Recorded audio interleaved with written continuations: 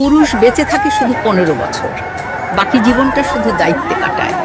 বাবা হিসাবে, স্বামী হিসাবে, সন্তান হিসাবে প্রতিটা ভূমিকায় সে নিজের হাসি বিক্রি করে। মুখের রাগ, কারো চাওয়ার চাপ, কারো অপমান সব চুপচাপ সহ্য করে। কেউ ভাবে না এই মানুষটারও মন আছে, ক্লান্তি আছে। সে কাঁদে কিন্তু শব্দ ছাড়ে না। পুরুষ মরে না, সে ধীরে ধীরে ভেতর থেকে নিঃশেষ হয়ে যায়।